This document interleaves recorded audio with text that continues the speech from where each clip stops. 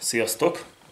A vitaminokkal és nyomelemekkel vagy ásványanyagokkal kapcsolatos tévhiteket szeretném eloszlatni ezzel a kis monológgal, amit most elő fogok adni két bekezdésben.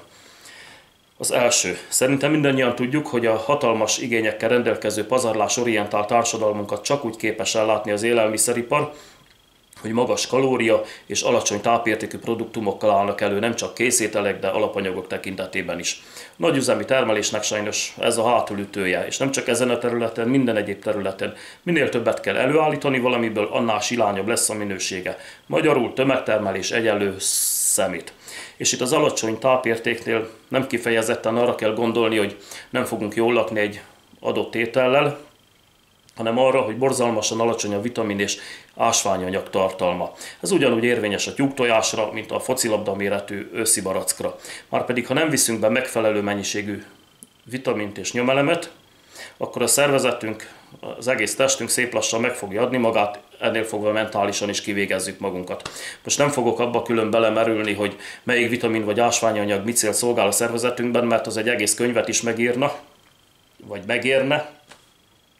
Legyen elég annyi, hogy az ereink, a látásunk, a csontjaink, az ízületeink, a bőrünk, a fogazatunk, szóval az egész komplexum érdekében létfontosságú, hogy táplálékkiegészítők formájában pótoljuk az élelmiszerekből hozzá nem jutható mennyiséget multivitamin és ásványanyag tabletták segítségével. És akkor itt jön a második bekezdés. Attól függetlenül, hogy már az általános iskolában is tanítottak kémiát, rengetegen vannak, akik ennek ellenére is képesek úgy nyilatkozni ezekről a multivitamin és ásványi anyagkészítményekről, hogy ezek nem természetes dolgok, és ők ilyen mesterséges cuccokat nem hajlandóak bevenni. Hát én ettől szoktam egyből lábrángást kapni, mesterséges ásványanyagok. Hát ilyenkor szoktam elmondani, hogy a periódusos rendszer elemeiről beszélünk, azokról az elemekről, amelyek nem bonthatók tovább, így létre sem lehet hozni őket. Nincs mesterséges formájuk. Azok abban a formában léteznek, ahogy annó az állítólagos ősrobbanásban megteremtődtek. Ha bármelyiket létre lehetne hozni mesterségesen, akkor az alkimisták már legyártottak volna több millió tonna aranyat, hogy abból legyenek még a villanyvezetékek is. Ezeket a dolgokat nem lehet előállítani.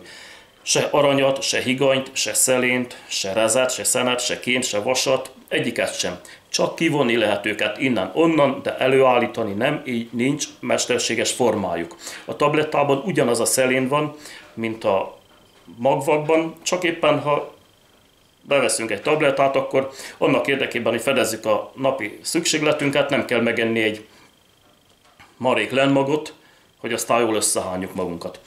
Meg a vitaminok. Ezekkel kapcsolatban is rendszeresen felmerül ez a természetesség, meg mesterségesség körüli mizéria. Hát akkor én most elmondom, hogy mi van.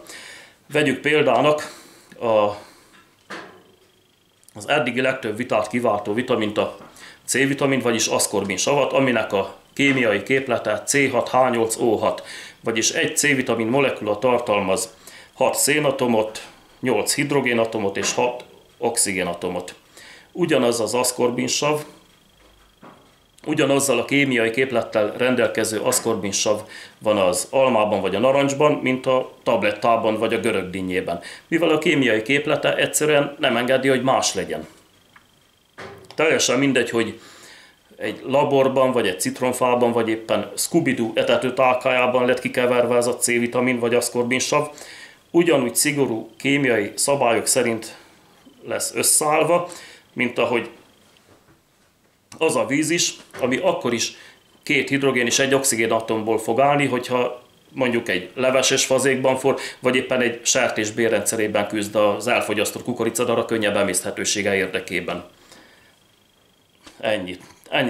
Ennyit akartam mondani arról, hogy körülbelül mi a helyzet ezzel a mesterségesség és természetesség kérdésben a vitaminok és ásványanyagok területén. Remélem elég érthető és világos voltam.